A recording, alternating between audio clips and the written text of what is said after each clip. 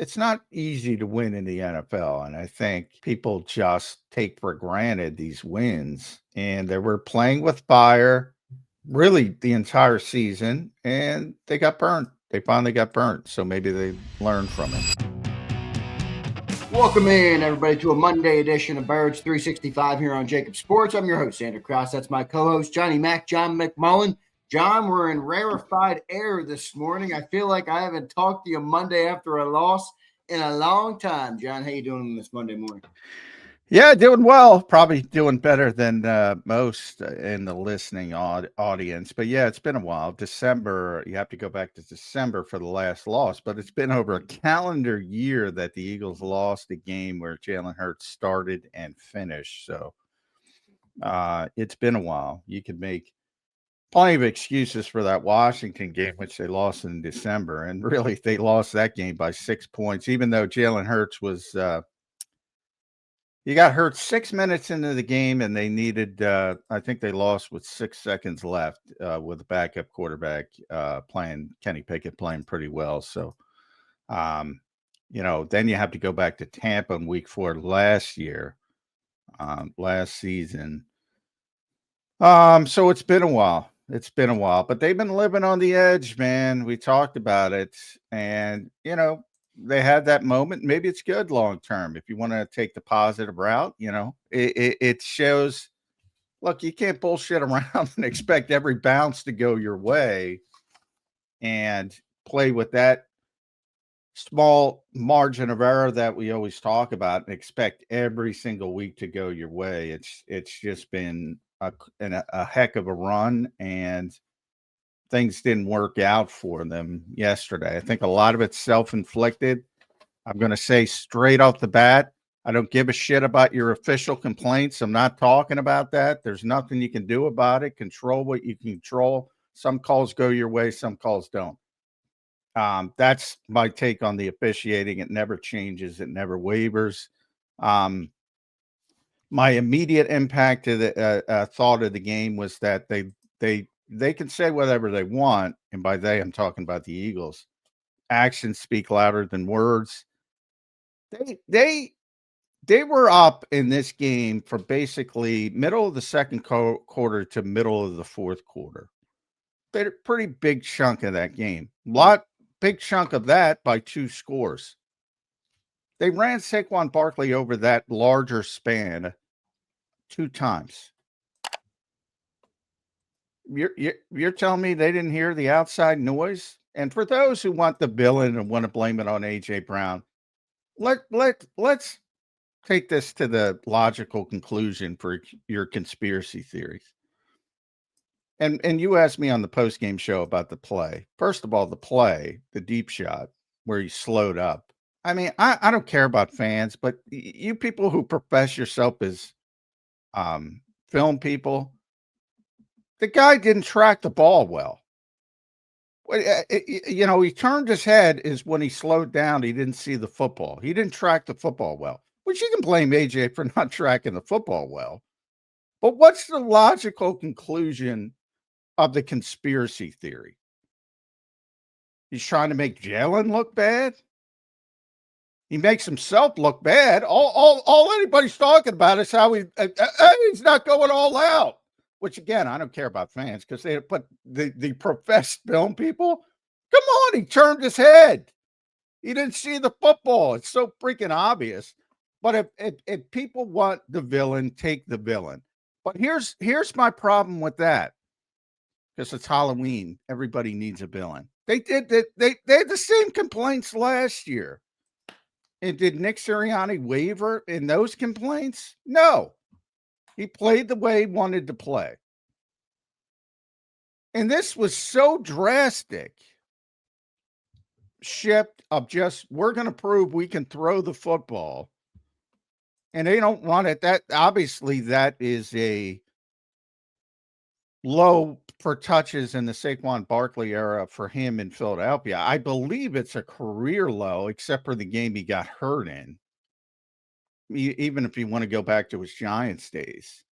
And For all the talk about personality of the game, and I talk about it all the time, and it's real and it exists. Watch Seattle, Tampa Bay yesterday if you get some time. That was the example of a shootout.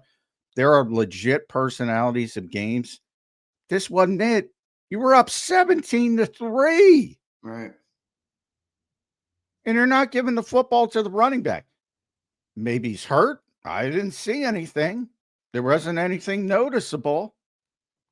So, from my perspective, the Eagles can say whatever they want, but they listen to the outside noise, and all the people say you got to throw the football, me included. Certainly me included.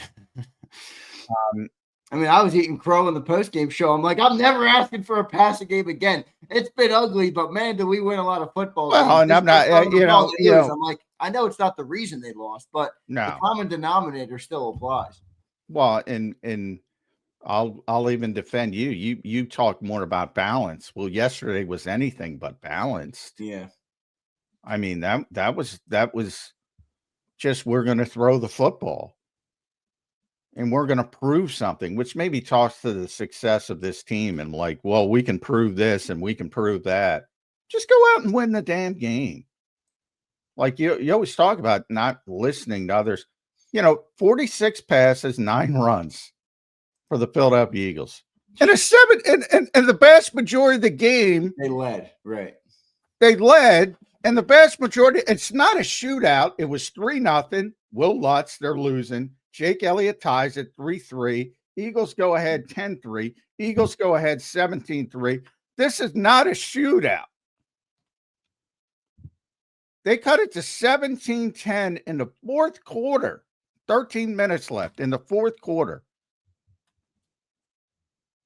That to me is the story of the game. And hopefully the Eagles learn from it. Because that's absurd. Like, this is a game where, if anything, you should be able to be as balanced as you want because you're playing from the lead, you're handling things, and they went in the complete opposite direction. And that, to me, if you want to boil it down, there's other things, the penalties and all that shit.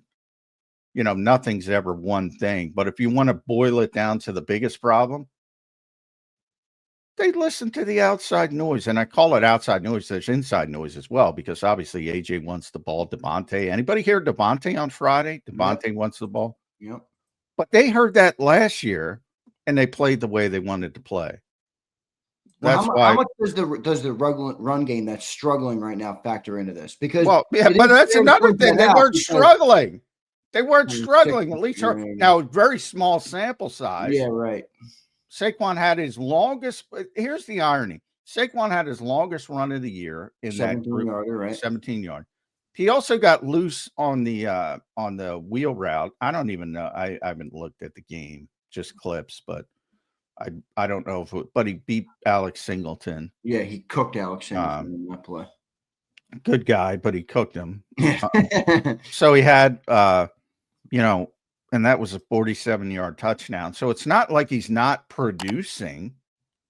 It's like, what? It's the weirdest thing ever. If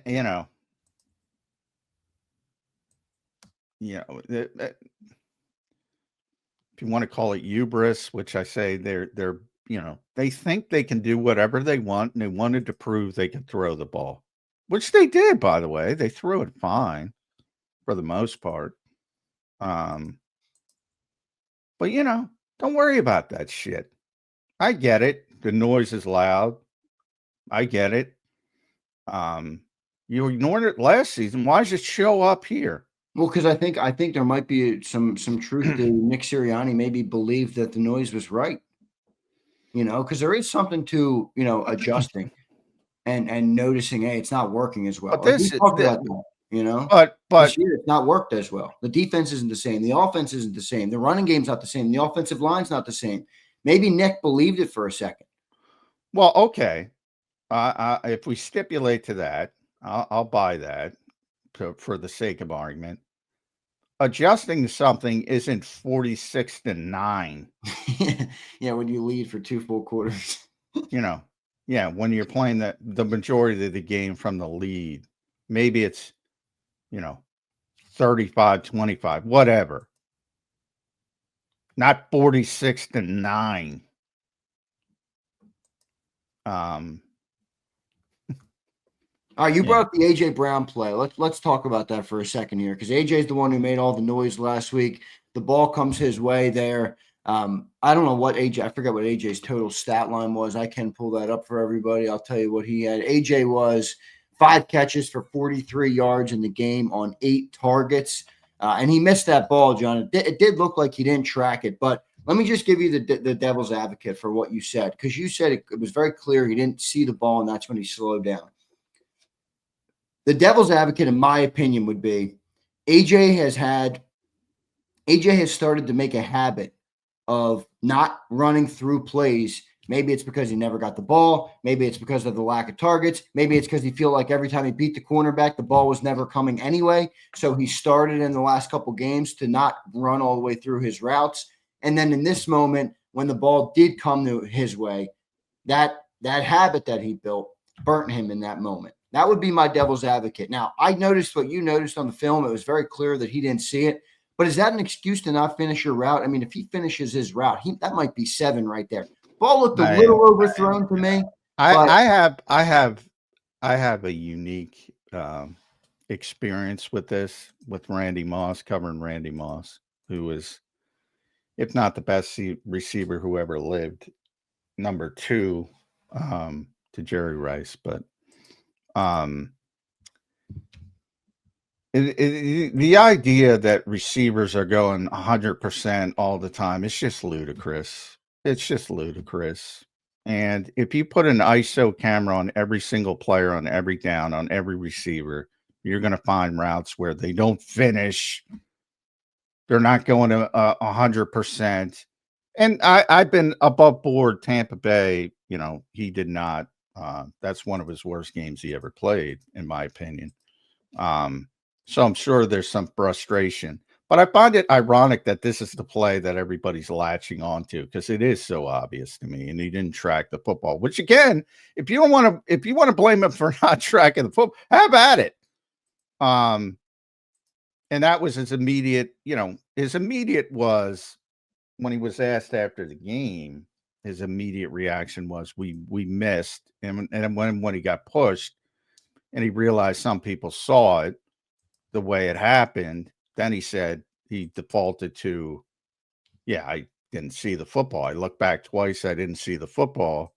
And it's clear you didn't see the football, which, again, it's part of your job. And, I don't know where the sun was, but whatever, that's on the table. But again, going through that with Randy Moss, where the first few years of his career was just all world and everything was copacetic. And like every team, then they started to struggle and, poor quarterback play. And Randy starts having some issues. And Randy was a far bigger diva than A.J. Brown was. So there was that part of it as well. So and he had the background from college and getting thrown out of Notre Dame and getting thrown out of Florida State or whatever. So he had all those background issues as well. And he was a bit of a diva. But what I always said about Randy Moss, the assumption that he was this physical freak is correct, but the assumption was that everything just came to him so easily. No, he worked hard. And I saw him every day in practice. We had more access back in those days. And I always said, till about 5 or 6 years, I'd have to look up into a season. Forget about a game. He never missed a practice. He worked very hard at his craft. It just didn't come naturally to him. And then he tore his hamstring, and that was the first time he ever missed a game, missed a practice. But, people would do that all the time. They put the ISO camera on him because he's Randy Moss, and maybe the ball's going to the other side, and he's not running completely. And we got to run. Put an ISO camera on. Go pick any receiver you want. Go pick Cortland Sutton yesterday. Who dominated us in the fourth that quarter. dude's a monster. But anyway, Put an Including ISO. Quinyon Mitchell, by the way, which I got to point out because everybody was ripping on Ringo yesterday. I'm like, hey, Ringo wasn't great, but Quinyon got beat for 80-plus yards, I think, in that game yesterday. Yeah, Cortland Sutton's a beast, and I Yeah. put that on X this morning as well. And I said, too many people don't look at the other team, and he just dominated late in that game. Cortland Sutton did, but And I think speaking of giving credit to the other team, though, I do think Vance Joseph and that Broncos D deserve some credit because they had a great game plan. yeah, they're a very good defense. But I think the Eagles let him off the hook a little bit, to say the least. And that's one of the plays. By no means it should have connected. And again, but I think the reason it didn't connect is because he didn't track the football. So that's fair game. All right, so if you John, real quick though, if you point to the execution problem, which is fine. I mean, look, a lot of plays that get messed up in the NFL are about execution, as we talk about on this show ad nauseum, and as the players and coaches do as well. What do you make of the comments after the game? Because Jimmy Kempski, who's somebody I respect, and I certainly don't view Jimmy as a clickbait bombastic writer who looks for the biggest headlines. He wrote the most concerning part to him was the commentary after the game about AJ and Jalen and how they're so clearly not on the same page. They're so clearly, he wrote, and I'll quote Jimmy, "It's not that Hurts and Brown are not on the same page. They're not in the same book right now." And he gave the quotes that they gave after the game, speaking about that play. Jalen did say that could have been the dagger in the game, but he did also point to execution. What do you make of the commentary that's coming out of AJ and Jalen and that relationship and just the whole thing? Well, I mean, look, I don't get into I'm not going to watch them on the sidelines. I don't get into the gossip part of it, but I will say that I've been saying this for well over a year, and Diana Rossini reported it the same way I did. And by the way, it's not the only one. I'm not trying to say that, but since she did it, it becomes real. And people that have kids know this. And I've said it pretty consistently. AJ has young kids. He got married now. Jalen got married. Your life changes. How many times have you heard me say this? They're not as close as they were when they were buddies hanging out, when they had opportunities, and they don't have family responsibilities. And that to me is just the natural evolution of life, basically. I don't get the feeling that they hate each other, but I do get the feeling they're not nearly as close as they once were. And I don't think that matters as long as you have a good work relationship. Do they have a good work relationship? Because to me, that's the only issue that people should be talking about, to be honest. And, probably not right now. But I think that is all born out of frustration and the similar things and things not clicking. I think that's football. When things are not clicking, everybody's unhappy. And when things are clicking, everybody's happy. And everybody will point when they do make a big play and they celebrate on the field, or they celebrate on the side. Oh, look, they're fine. You can't have it both ways. Are they as close as they once were? No, obviously they are not. But again, I point to real life issues and families and things like that. So yeah, I don't want to speculate on shit like that either. To be honest, I have no idea what their friendship is. All right, John, let's keep rolling here and talk about some more of the game. And we're going to get into our super chats. I want to thank everybody for being here this morning. Don't forget to hit that like button. It's been a while, everybody. Don't worry. There's no need to panic in Eagle Land. One loss, as John pointed out in his opening monologue, might be healthy at this point if you can try and learn from it and move forward. I want to point to talk about the defense a little bit right now, John. You said on the postgame show you thought the defense was the bigger reason for the loss, and I don't necessarily disagree. I don't know that. I don't know. I might have said it on the postgame, but remember, that's immediate reaction. Yeah.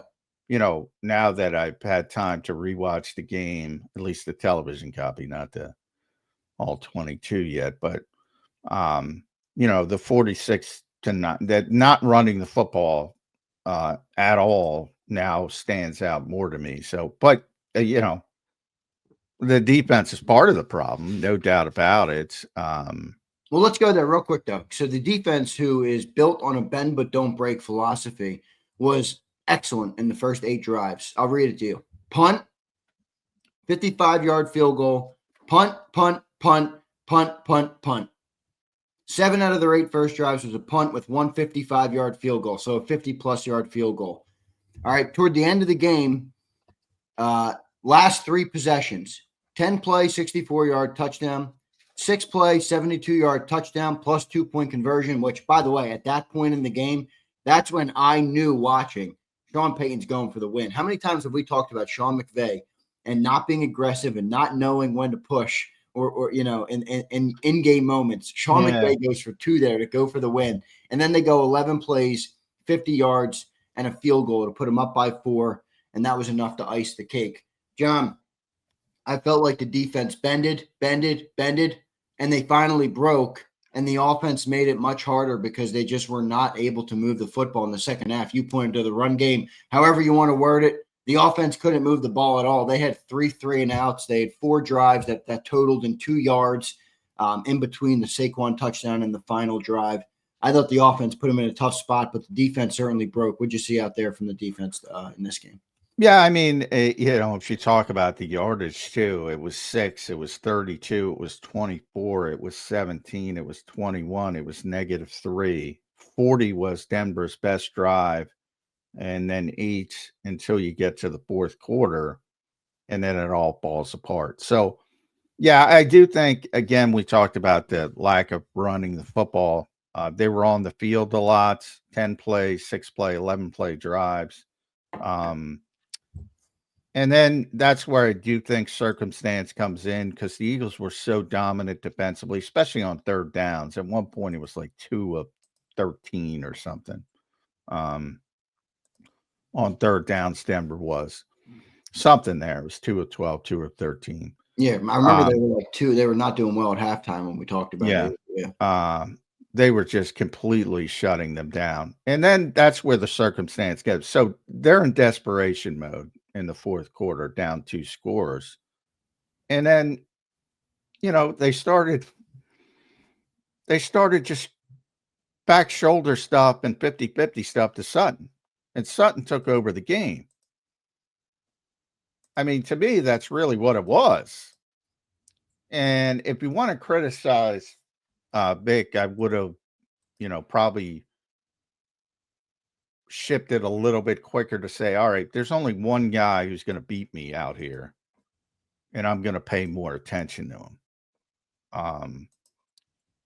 And I don't think they did that, and I think it bit him in the ass a little bit, because he dominated the fourth quarter. And if you look at it, most of it was back shoulder 50-50 stuff. Yeah, contested catches. Yeah, most of it. There was some in middle of the field stuff too, which you can blame on. But again, the zone coverage, and that's even worse in some ways because you should be bracketing him, you should be doubling him, you should be doing something. So, I do think you have to give credit to great players, and he's a great player, and he played great in the fourth quarter, and I think that's part of it. But I think they could have done a better job to, this mentality. Same thing offensively. Like the Eagles think there's a lot of hubris with this organization. I always say it. They think they can do anything. They think they have the advantage everywhere. And for the most part, they're right. They'll leave Lane on an island. They'll leave Jordan on an island because they can handle anybody. And for the most part, they're true. AJ, Devontae, they're like, we like the matchups. Doesn't matter if it's Patrick Surtain or Patrick Bobo from Northeastern University. They like the matchup. Same thing with Cortland Sutton and Quinyon. Well, we love Quinyon. Quinyon can do anything. Same thing. And sometimes, I always bring it up with pass rushers because that's been the most, very few people, Myles Garrett, Micah Parsons, very few people. I've yet to hear a corner, a wide receiver they're worried about, or a corner they're worried about. That might be a little bit too much hubris, especially when a guy starts cooking like he was cooking in the Right. fourth quarter.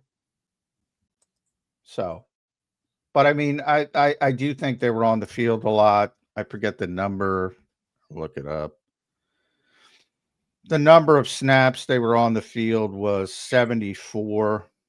So that's a lot. It was hot. Again, it's hot. It's weird. It's October, but it's pretty hot out there. So, Cooper, Zach Ball, Reed Blankenship, all the Quinyon Mitchell, Makuba, all played all 74 snaps. Jihad was at 71. Carter was at 67. So a lot of snaps for the defense. So that explains some of the wearing down as well. And that part you can shift to the blame to the offense a little bit. John, let's talk a little bit about. I know you're not going to complain about the officials, and I'm not going to make you.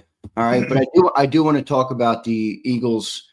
Some of the penalties that they took, because that can kill any drives. I'm going to take you to a play in the game which really could have been the difference maker and the outcome of the game. The Eagles were down 18-17 after the Broncos went down and scored and got the 2-point conversion and took the 1-point lead. All right, I believe it was 4th and 4 from their own 49 or the opposing 4 or the other team's 40 or the Broncos 49, and they take a shot play to Devontae Smith. It was like a 30-yarder, and Devontae made a beautiful contested catch. He goes up, gets the ball, and then boom, penalty flag comes out, and a procedural penalty, an illegal shift.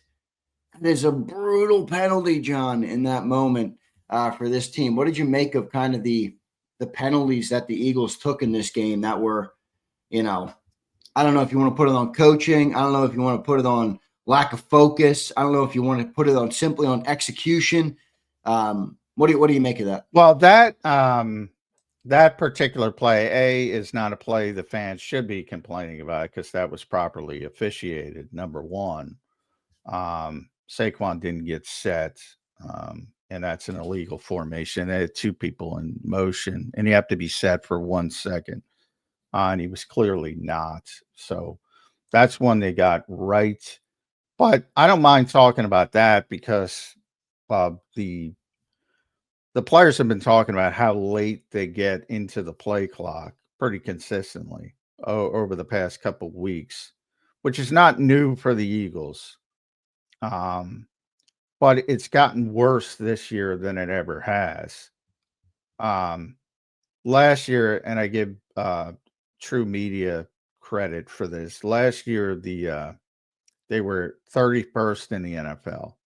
So 31st of 32 teams. So don't act like it's, I know people want to throw poor Kevin Patullo under the bus. They were 31st of 32 teams last year when it came to the number of snaps with the play clock at 5 seconds or under. And last year they were 32nd, and I think the number was 7.8. I'm trying to look it up. 7.8 seconds last season. The average time on the play clock at the Eagles snap. This year it's only 5.3, which is worse, significantly worse than they were 31st in the NFL last season. So they are 32nd this year. And they have 160 plays this year where their play clock is set to 5. And a bunch of guys talked about this yesterday. Saquon talked about it. Jalen talked about it. They didn't have enough time to run what they wanted to run because they went in motion. I believe they got up to the line of scrimmage with about 15 seconds on that play. They started to play at 9. They went motion. Saquon went motion, got back to the backfield with 2 seconds left, and he had a second to stay still. So they could have done it, but I mean, you talk about you talk about taking it to the limit. They're doing that way too often, and I brought that up a lot over the past couple of weeks for people listening to the show. I think it's a league-wide issue as well, but the Eagles are worse than most. They've always been worse than most. but they are taking it way too close to the play clock. And when you're running motion, again, they're not a big motion team as well. So they're not as familiar with it as maybe Sean McVay's teams or somebody like that who run it all the time. So that factors into it. But yeah, it would have been a big play, would have been obviously worst case scenario, excuse me. They're kicking a field goal. They're going back on top after the Devontae play, but it was properly officiated. So, people shouldn't complain about that. The thing to complain about is them getting up to the line of scrimmage too late to do certain things. And that's something Nick always talks about. Doesn't take any talent to do that. So they need to clean that up, and they need to clean it up quickly. It's a fair complaint. Yeah. It's a fair criticism. But he was not set. He was not set. So should have been flagged, was flagged, should have been brought back. Yep, that's how it unfolded. The Eagles took a lot of timely penalties yesterday, man. Yeah, got to clean that up. Goes to the clean operation. John, any other things that stuck out to you that we got to hit here in these opening segment? We got a bunch of super chats. We'll get to those as well. We got an opened up show today. Jeff Kerr is on Phillies duty all day, so he will be joining us tomorrow for a Tuesday edition of Birds 365. Phil's tonight, everybody. Phillies fans out there, they better win tonight or they're going to be in trouble versus this Dodgers team. So we'll see how that goes, John. John, your Yankees are in trouble. They're my Yankees are down. I'd leave them in Canada. Screw them. They got cremated in the first two games. I don't know what. Take their passports away. Leave them in Canada. It's over. John, anything else stick out to you though from this game before we move into the super chats? Here we got a bunch of them. No, I think we hit all the main stuff. I some positive stuff, I guess, since people say I'm negative, but I thought Azeez Ojulari played well. Got to see the film, but he certainly stood out a little bit. I think that's important. Maybe he's one of those guys who just plays better. I think overall, Keely Ringo is now settling in. I think it's an upgrade over Adoree Jackson. I think he got his opportunity, took advantage of it after a bad summer. So I think that'll be positive. And then I think I think the schedule lightens up a little bit. Majorly lightens up. They can easily get this thing back on track in the next 4 weeks. Exactly. So, I think it might be silver lining to point out, look, we can't just roll the footballs out there and win in the NFL. And you saw it last night in Buffalo. The Bills lost to the Patriots at home. That game was at Buffalo, right? Buffalo. Yep. Highmark Stadium. Yep. Yeah. So, it's not easy to win in the NFL. And I think people just take for granted these wins. And they were playing with fire really the entire season, and they got burnt. They finally got burnt. So maybe they learned from it.